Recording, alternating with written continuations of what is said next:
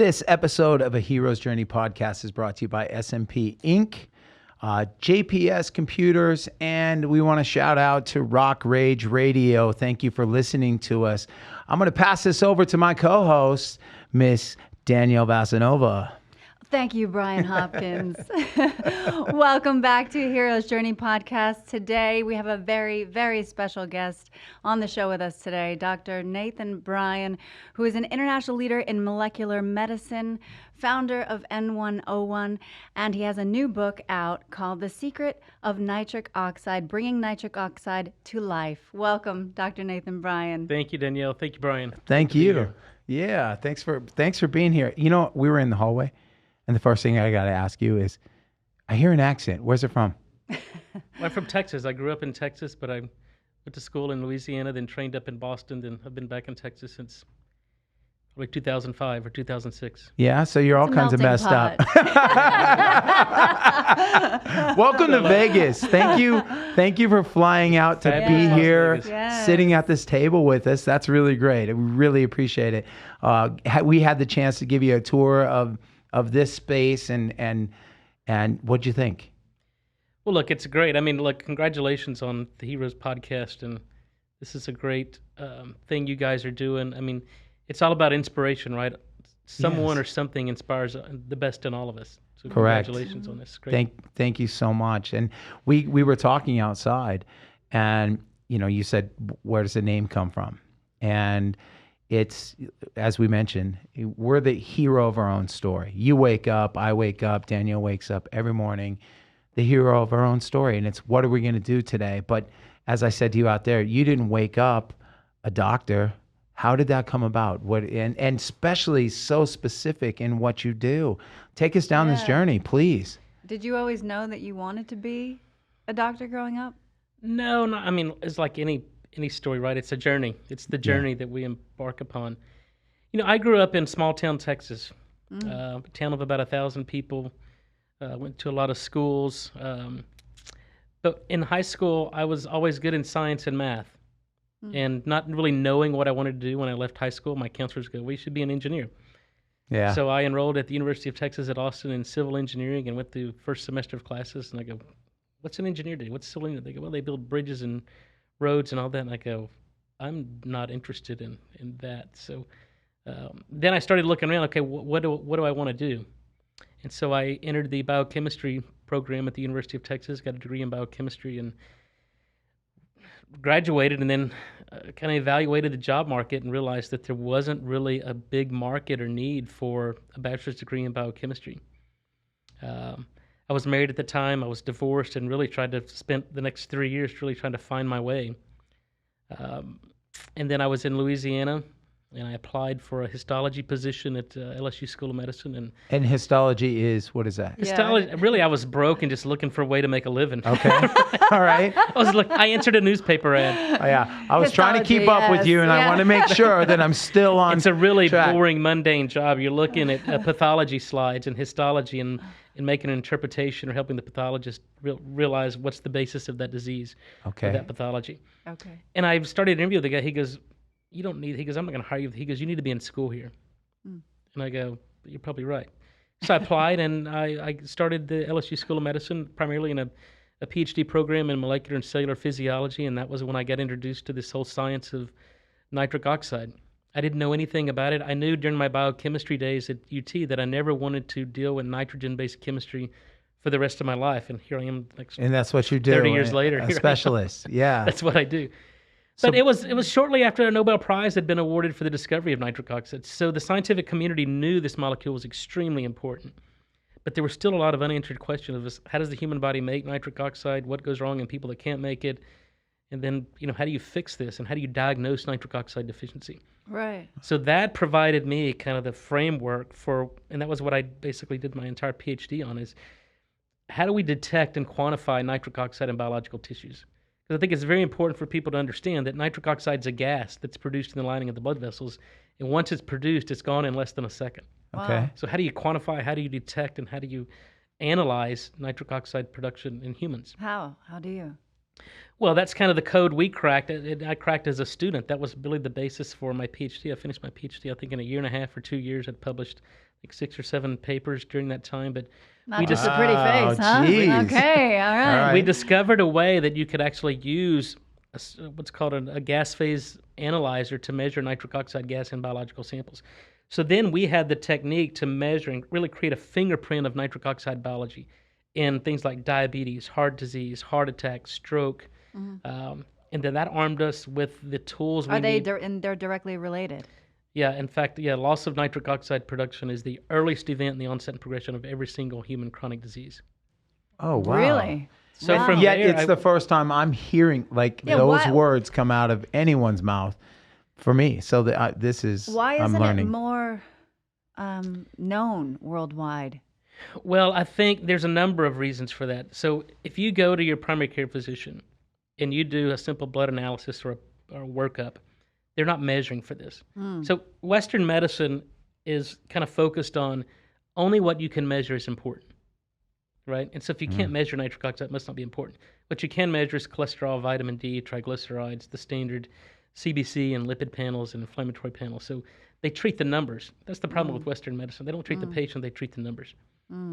So the fact that you can't diagnose nitric oxide deficiency with labs really kind of goes against kind of the patient-physician relationship on what's wrong with you. And the other, I think, challenge has been, and the reason there's not awareness is big pharmaceutical companies have failed at making safe and effective nitric oxide drugs. And if you can't prescribe a drug to fix a problem, then it never makes its way into mainstream medicine. Okay. Right, And I've right. consulted for many of these companies, but after I went to Boston Medical Center and I trained up there in the Cardiovascular Research Institute for, I guess, 3 years, and then got my first faculty position at UT Medical School in Houston, where I was a assistant professor of molecular medicine. And it was there that we made these discoveries, and I started filing patents on how to make a solid dose form of a gas. So that's my claim to fame. I was the first person in probably 40 years who cracked the code on how do you deliver a bioactive gas in a solid dose form. Oh, wow. So did you come up with the fountain of youth, or what is? Well, I think that's what it's turning out to Yeah. be, because the holy grail in cardiovascular medicine, I think medicine in general, Okay. is finding a way to recapitulate and reproduce nitric oxide production in humans.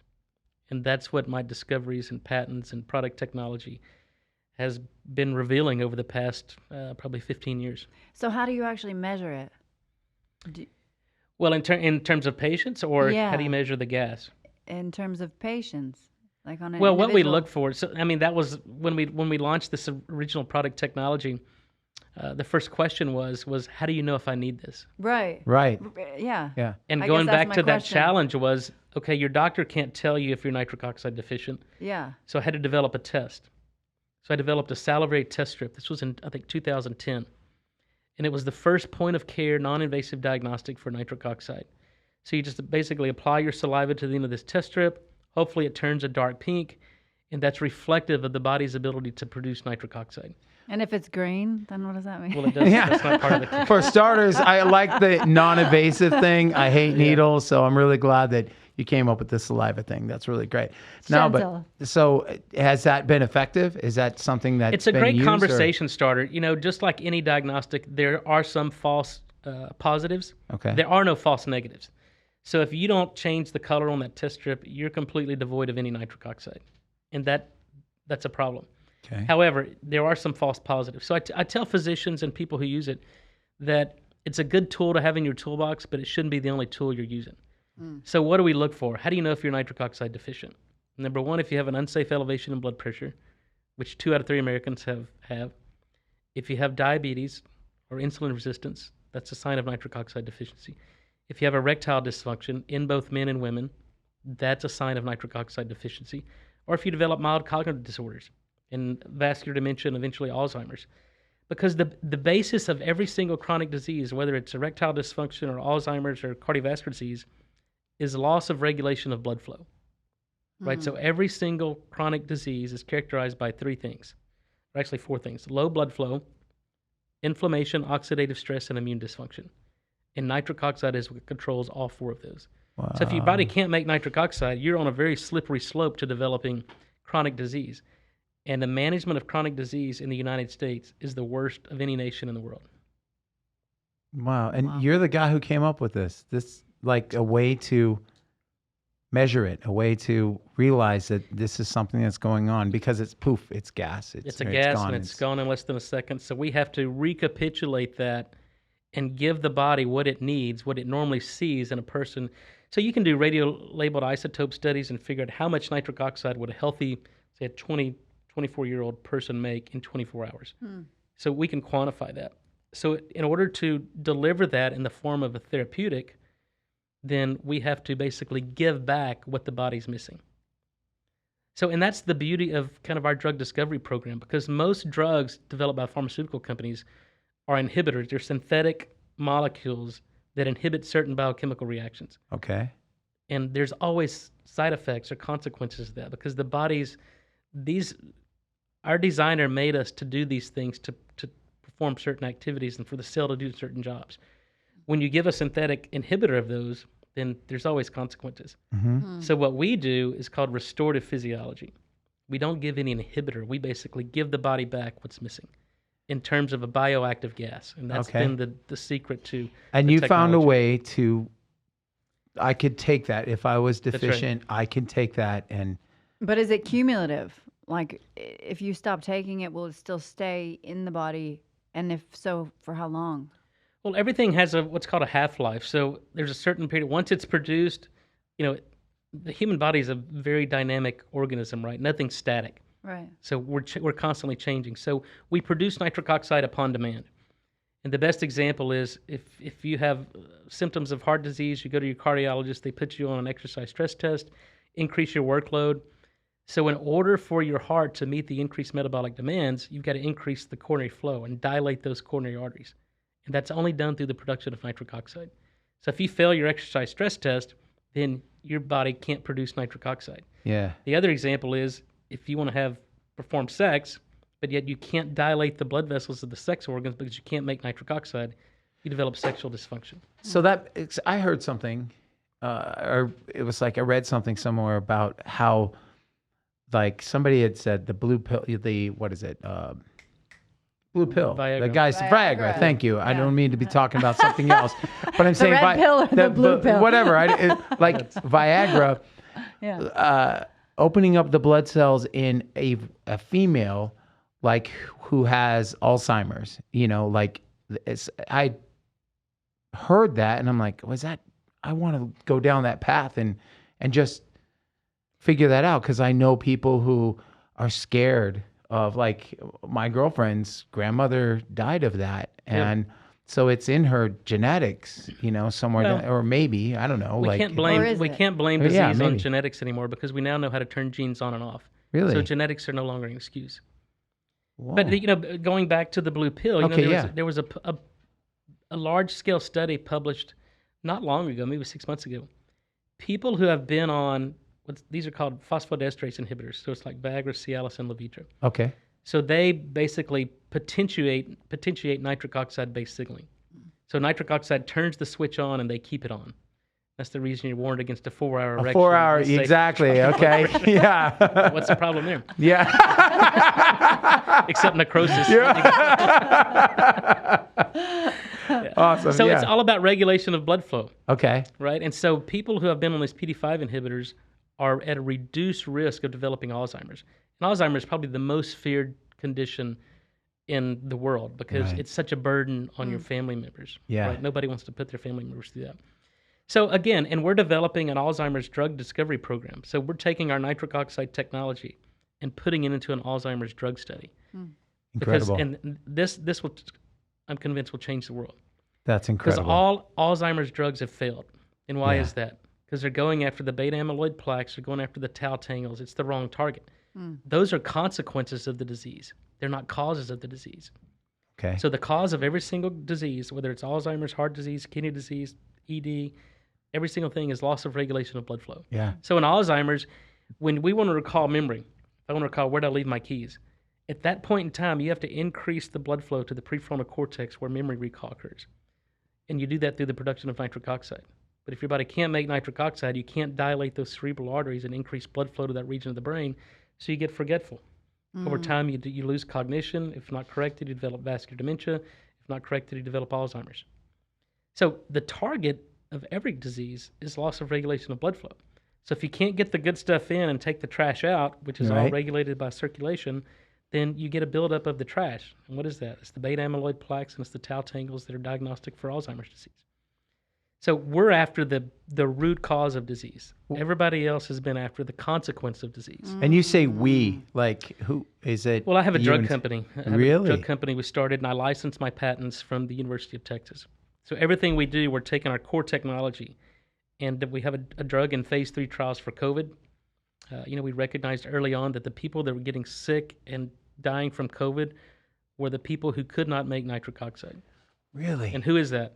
It's the elderly, African American, Hispanic with a prior heart attack, diabetes, or pulmonary disease. Yeah, but I died from COVID. I didn't have Oh, yeah. any of those. And I was young and healthy. Well, look, it's very, very difficult, or it's impossible to put a one-size-fits-all in the general population, right? Because everybody's different. Perhaps the consequences of the time and the degree. The course of COVID disease has changed. COVID today is much different than it was back in March of 2020. Okay. So it's much Mine less was even severe. before that. Yeah, well, there you go. It was November of 2019. It's like one of the first cases. Yeah, so these viruses change, they evolve, and in population-based evolution, in terms of how the virus attaches and how people respond to it, is part of how us humans adapt, right? So what we're finding was that those people who were getting sick and dying from COVID were the ones who couldn't make nitric oxide. So we quickly went to the FDA and we got our investigational new drug application filed, I think in May of 2020. In June, we got it approved and we started dosing patients, I think in November, December of 2020. Maybe I need a lot of nitric oxide.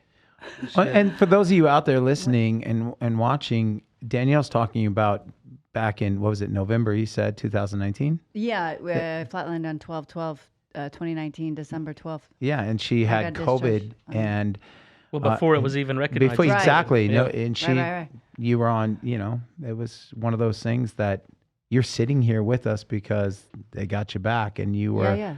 I'm back from the dead. From the Exactly. We've got, And probably, we've got things to do. And not knowing what you had at the time, you were probably a little bit mismanaged in terms of how they treated you. Oh, But for the underlying sure. problem was you lose blood oxygen saturation, Yeah. right? Your blood oxygen levels drop. Yeah. You become hypoxic. Yeah. You get pulmonary edema, then you get pneumonia, and that's kind of the rapid progression of disease. And now this can also work topically, right? So tell us about the skincare line that you've developed. Yeah, so once we figured out that we could make nitric oxide, then my whole thought process was, how do we implement nitric oxide technology into every market segment around the world? Because this molecule truly is life-changing. So again, how do we create a bioactive gas in a form that's shelf-stable that we could deliver to end consumers or deliver to the patient? And so I developed a dual-chamber nitric oxide dispensing system, and we brought that to market as a skincare and beauty product. We launched it in 2019 and really gained a ton of momentum. And then COVID hit. COVID and nobody hit, was wow. worried about skincare and beauty. No. But the beauty of this product is, the skin is an organ just like anything else. Right. Yeah. Right? Right. The It's one of our largest, largest one. organs. Yeah. Yeah. And so if you can't supply adequate blood flow and oxygen nutrients to your skin, just like any other organ, it fails. Right. What does a failing skin look like? Well, you lose collagen, you lose hydration, fine lines and wrinkles, you get dermatitis, you get acne, and you look old. So how do we fix that? So we created an N101 product that's a topical nitric oxide product that you apply to the skin, and you can actually see this product working before your eyes. So when you apply it to your skin will turn pink. And because Okay. we're recruiting capillaries, we're forcing blood flow to that area, to the cells of the dermis. And then we've got 4 published clinical trials on that. We improve collagen deposition, fine lines and wrinkles go away. Very effective at acne, I want scar some. remediation. Can we just bathe in Yeah, this? I know. I want to swim in But it. it's a remarkable. In fact, it's a brand new category in skincare. Most skincare products and beauty products hide the blemishes, hide the fine lines and wrinkles. We do something completely different. We get to the root cause of every single issue in human medicine or human physiology, and it's always a lack of blood flow to that particular area. And again, this was your brainchild. You took what you did here and inside, and then went That's right. after the biggest organ on the outside. That's right. Incredible. And so now we're taking that same technology and developing a drug product, a topical drug for diabetic ulcers, or non-healing ulcers. So specifically, my dad's a paraplegic from a car accident in 1984. Sorry. So he spent more than half his life now, 40-something years in a wheelchair. So we've dealt with these decubitus pressure ulcers most of my life. And they're non-healing, they're gnarly wounds, they get infected, you get osteonecrosis, osteomyelitis, and people die from sepsis from this. So about maybe in 2014 or 2015, he had a non-healing ulcer that was critically infective, took him to the hospital, wasn't expected to live, IV antibiotics. So I started making a topical nitric oxide to treat that wound. And within 3 days, the infection cleaned up, we got tissue growth, and then the wound care docs were like, what are you doing? We've never seen anything like this. That's incredible. So that got my mind spinning. Okay, now there's a huge need for this. Because even the best wound care docs that I took my dad to couldn't believe what we were doing. It was outside the scope of anything they'd ever seen before. So now we're taking that same technology and we have an FDA investigational new drug application for diabetic ulcers. So we're taking that topical and we're putting it into clinical trials for non-healing ulcers. And we're taking 3 to 4 year old non-healing wounds, and in 90 to 120 days, we completely heal that wound. Wow. That's incredible. So that's, Good to for me, you. that's the most exciting thing. All of it's exciting, but there's been no innovations in wound care for 50 years. It's very connected to your father, too, though. It's very personal. That's what I'm saying. You're not only, by helping your dad, you're helping other people. And then going back to the skincare line, we all get older. And it's hard. It's a hard thing to look in the mirror and see it happening, but it happens. And then to go back and create something that is, people talk about it, but had no way of, That's right. so just overlook it and move on. Well, we And can't do you anything tackled it. about our chronological age. I mean, that's just part of being human. Right. And living on Earth. Right. But we can affect our biological age. So there are ways you can measure that. So there's devices that can measure your vascular age. I'll be 49 next month, but I have the vascular age of a 28-year-old. Good for you. And so we now That's know, amazing. and you've got, to the How contrary. do you know that? Like, how do you measure that? You can look at vascular structure and function, Okay. and there's devices that actually measure that, or look at the pliability or the contractility of your blood vessels and how quickly they generate nitric oxide upon demand. So there's these devices that'll tell you that. Is it something, I mean, when you test yourself, obviously, are you good? Like when it comes to producing nitric oxide, is this something that everyone should be worried about right now? Like it's got me thinking about it over here, sitting across from you. No, of course. I mean, it should be the number one thing that people worry about because, without nitric oxide, nothing else works. Right, as you were saying. So when we blood look at flow. aging, and I like to make the analogy, when we look at aging, everybody's worried about aging, Right. and dying. Right. For me, it's not about the quantity of life; it's Quality. about the quality of life. Exactly. So if I can live, I don't want to live to be 120 if at 100 years old I got people taking care of me, right? Nope. Yep. Yeah. So that's how no do you life. look at biological aging? There are 3 things people look at. One is telomeres. That's the end of the chromosomes that shorten with each division, cellular division. So the shorter the telomeres, the shorter the lifespan. The other is the function of your mitochondria, which are the energy-producing organelles of the cell. And the others are stem cells. The older we get, the less stem cells, so the less we repair and recover. But nitric oxide is what controls all 3 of those. Nitric oxide controls the enzyme that prevents telomere shortening. Nitric oxide is the molecule that tells our mitochondria to make more and to produce energy more efficiently with less oxygen. And it's the molecule that tells our own stem cells to, hey, you got some old dysfunctional cells. We need to go and replace those and get some younger guys working here because you're not performing. So you can do all that. You can go get stem cells. You can take Right. these telomere things. You can take mitochondrial products.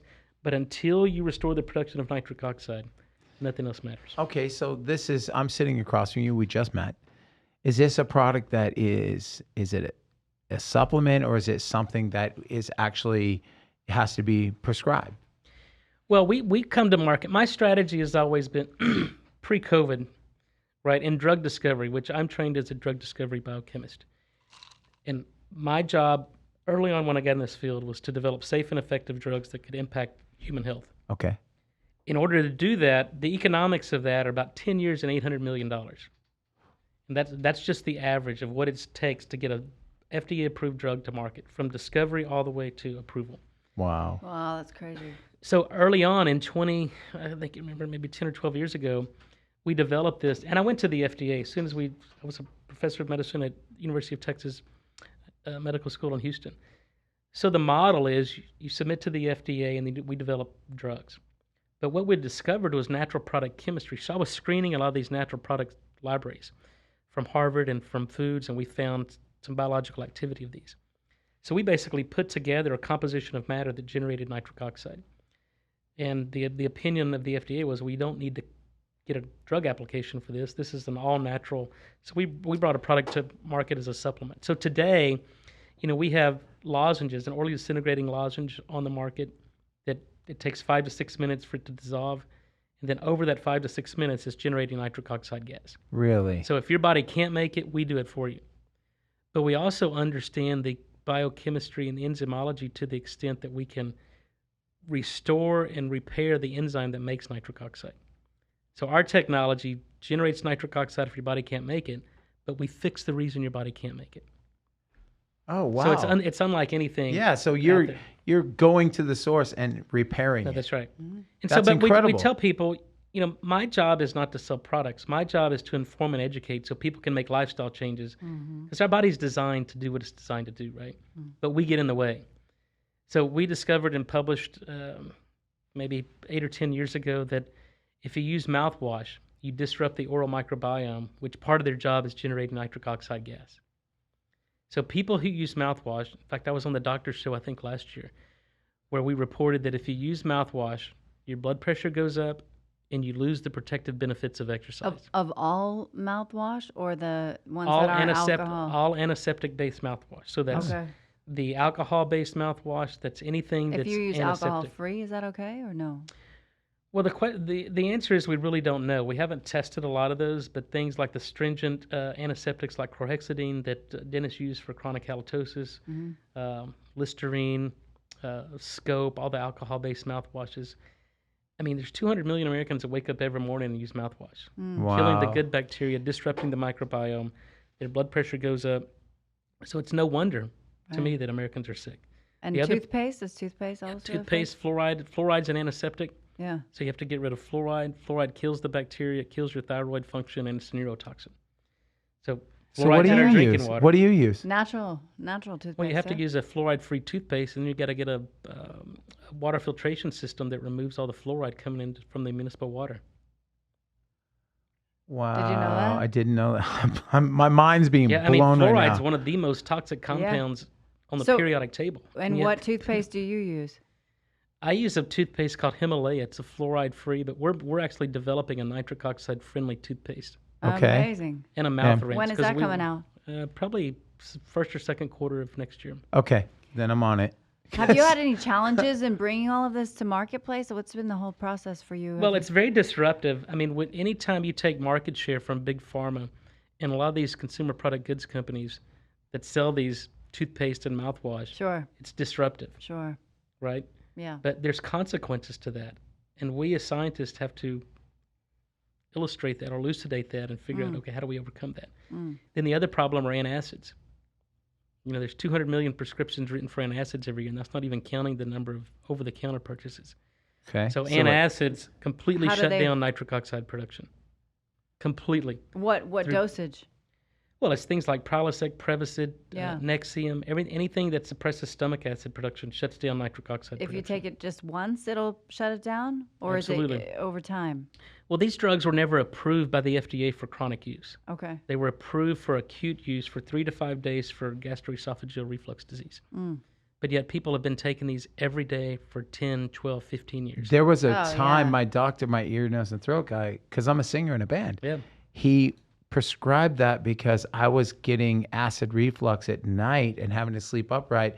It was burning my vocal cords. Yeah. And so I was having to take Prilosec. And so I stopped doing that years ago. But no, you should. Now there's studies showing that people who have been on these drugs for 3 to 5 years have about a 35% higher incidence of heart attack and stroke. Wow. Does it repair itself? Like if you've been taking it for a while and then you stop? Yes. You have to have stomach acid in order for the human body to digest proteins. In fact, that's the basis of foodborne allergies, right? So if you're taking an acid Okay. suppressor Yeah. and you eat whether it's milk protein or plant protein or animal protein, Yeah. the stomach has to be acidic in order to break down that protein into amino acids. If there's no acid, then you get these peptide fragments that are dumped into the gut. They go across the gut epithelium, and your body develops an antibody against them because it sees it as a foreign particle. Now you have a foodborne allergy. Mm. So you Everybody have to needs have to hear this.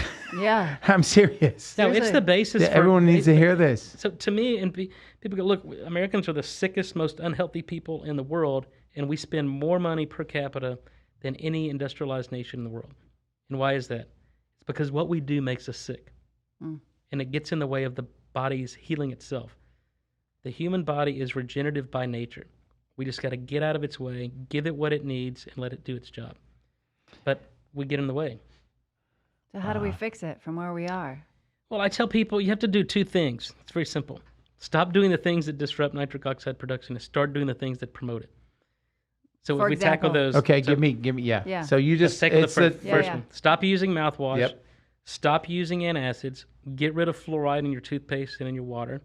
And it's not just the water you drink. It's the water you bathe in. It's the water you cook in. It's a major problem. And then start doing the things that promote nitric oxide production. So what is that? More green leafy vegetables. There's a molecule called nitrate, inorganic nitrate found in green leafy vegetables that the bacteria in the mouth take that molecule and make nitric oxide out of it. You need to get 20 to 30 minutes of sunlight. There's certain wavelengths and frequencies of light that stimulate nitric oxide production. And then moderate physical exercise. Yeah. Exercise stimulates nitric oxide Okay. production. And then when all else fails, we have product technology that does it for you.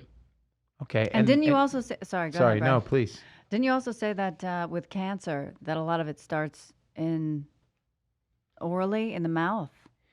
We have a lot of... So the reason cancer is so poorly managed today is because oncologists don't know why their patient got cancer. In fact, they don't even ask the question. How can you treat something that you don't know the reason they got it? But they treat all cancers all cancers the same. Yeah. Surgery, remove the Right. offending agent, or the offending part, chemo and radiation, with no regard to why they got the cancer. Right. Right, they're not going to cancer biology- the root, to the source. Cancer biology goes back to the 1940s with Otto Warburg. Yeah. Cancer biology is very well defined. It's low oxygen, low pH, low voltage. So what causes that? Most of the time it's an infection or some environmental toxicant. It's funny. My mom was just diagnosed with breast cancer, Yeah. as I told you, and she had an infection in her mouth. Yeah. And so we're sending her to a guy to look at her mouth to see what's going on. But maybe her breast cancer originated in the mouth. Well, it goes back to the knee bones connected to the thigh bone. Yeah. The body's Exactly. connected. Yeah. There's communication within the body. So if you've got an asymptomatic infection in the teeth, it goes back to traditional Chinese medicine, which has survived 10,000s of years, right? And those principles survive the test of time because they're foundational. So every tooth is connected to an organ system. And the electrical supply to every organ goes through a tooth. So if you've got an infection in a tooth, it's like flipping a circuit breaker on the voltage. Right. So now there's no longer any voltage getting to that cell. So if you can't provide voltage and energy to an organ, what happens? You get low oxygen, you get low pH, and you get low voltage. And that's the environment where cancer cells replicate, proliferate, and form tumors. Wow, that's scary. Is your mind blown right now? It Bryan? really is. Like this was not what I expected, Doc. I'm serious. That's really so. Okay, I'm sitting here, mind blown. Where do I go? I want to know where I can go to. Well, you gave me the don'ts, and now the do's. You created these product lines that I want. So how do I get them? Well, I tell people, get educated, get informed, and ask questions. Ask your doctors the tough questions. Most patients are too trusting, and they're misguided. And most doctors, I think, are Do you think all well-intended. doctors even know, though, if it's not out No, there as much as it should be? I taught future physicians for 7 or 8 years when I was in the medical school there. And it's not the people that are broken; it's the system that's broken. Yeah. People become doctors because they want to help people. and change their life and prevent and keep them better. But the system doesn't allow that. So I tell people, get informed, get educated. You have to educate yourself and ask the docs questions. The doc's not going to ask you the right questions. So, I have an educational website, drnathansbryan.com. I've got a 6-minute video that tells you a lot about nitric oxide production. I do a monthly blog. You can follow me on Instagram. I try to, keep up with some timely and practical, common sense things you can do to, restore your nitric oxide production. You have a book, right? Is that correct? I've got several books, but I just got a new book deal that'll be out probably in spring of 2023. It's called The Secret of Nitric Oxide, Bringing Nitric Oxide to Life. And in that book, we'll talk about the hero's journey. Yeah. Right? We'll talk about the kind of the story and really all the landmines and the hurdles one has to overcome to be where I am today, to have safe and effective nitric oxide product technology for the masses. Because when you have something of value, people come after you. Oh, wow. And for me, when people come after me, that's when I know I'm doing the right thing, because it's very disruptive what we do. It's disrupted to It's disruptive big to a lot of pharma. people. Yeah. And true characters are revealed. So in the book, I'll tell those stories because to me, there's two things I hope that number one, I hope it inspires people because everybody's on a journey. And despite the criticism and people telling you can't do this, it can't be done, you have to stay the course. I love Believe that. in Forge what ahead. you're doing. I love Right? that. Yes, exactly. So it's the personal story that I hope inspires and overcoming insurmountable obstacles. Yeah. Right. And everybody telling me this can't be done. You can't do it. Then once you do it, it goes back to Schopenhauer, which is a German philosopher back in the maybe 1400s. He said fundamental truths go through 3 phases. First, they're ridiculed. Then they're violently opposed. And then they're accepted as being self-evident. And I've experienced all 3 of those. Because one, I was ridiculed as a young scientist presenting this. That I thought I could make nitric oxide. I was ridiculed by my colleagues. You're crazy. You're going to kill people. This can't be done. Big pharma's failed at this. The brightest minds in the space haven't been able to do this. Then You're when like, we all did right, it, I'm onto something. then we did it. It was violently opposed. Yeah. Okay. We had people coming at me, suing me left and right, saying you can't do this. And now what is it? It's self-evident. That's amazing. There's over 185,000 papers published in the nitric oxide field. Good for you. Everybody recognizes that. So that's number one. Then number two, I want people to understand the importance of nitric oxide. So when they read this book, understand what can I do? When I wake up tomorrow morning, what changes can I make in my life to make sure that my nitric oxide levels are optimized, that I can take care of myself. I can allow my body to heal so I don't get sick. Because in the American medical system, if you get sick, you're in bad shape. Yeah. Yeah. Right? So it's easier to prevent disease than it is to treat it. Right. What's a day in the life for you? What specifically do you do? Well, it depends on where I am. I mean, I wake up, if I'm home, I sit in an infrared sauna, or if I'm at a hotel that has a sauna, I go, and that's my source of light for the day. Okay. And it sweats. I put it at 170 degrees, and I sit in there for 20 minutes. So that's how we liberate toxins. Amazing. Right? And we're exposed to a lot of toxins in the world we live in. Yeah. Yeah. I drink a lot of good, clean water, filtered water. Never drink municipal water out of the faucet. No matter where I go, no matter what I do, if I'm traveling, I always exercise. No matter how tired I am, when I get to the hotel, I go to the gym. Good for you. And try to get 30 minutes, at least 30 minutes, maybe an hour of exercise. It's very hard to eat healthy on the road. But, we all have to indulge. Yeah, you do. Right? You do your best. You do your exactly. You do your very best. Yeah. Before we wrap up here, I again, because I want to know where can I get? You said there's a lodging, and I have a brother who's suffering from a heart disease, and it's blood flow. It's all those. I've heard all this stuff, and this is hitting home with both of us. Where can I go to get that? And your skincare line, when is that coming out? I'm a guy, but I want to use it. Look, I've never used skincare products before in my entire life in 48 years until a couple of years ago, because you have to be a product of the product, right? Right. So that we've had that on the market since 2019. That's at n101.com. Okay. That's one N, the number one, O is an oxide, the number one.com, n101.com. Okay. And then for the dietary supplements, it's no2u.com. And I should preface this from, so my lawyers don't give me a thrash when I get back. These are supplements not intended to treat, cure, prevent, or disease. So those are designed to enhance your body's ability to produce. restore Yep. nitric oxide Okay. production. So we're not affecting any disease state. Okay. But my company, Nitric Oxide Innovations, which is nitricoxideinnovations.com, those are the drug products. So we're actively engaging in FDA-approved clinical trials for COVID-19. Hope to have that study completed by the end of the year. We've got a drug going in for ischemic heart disease, like your brother, ischemic non-obstructive coronary artery disease, which is affecting primarily women to the tune of about 10 to 1. Occurs primarily in 40 to 50-year-old women. So it's a small vascular disease. We've got a drug approval or drug program going for that, Alzheimer's disease, and then the topical for diabetic ulcers.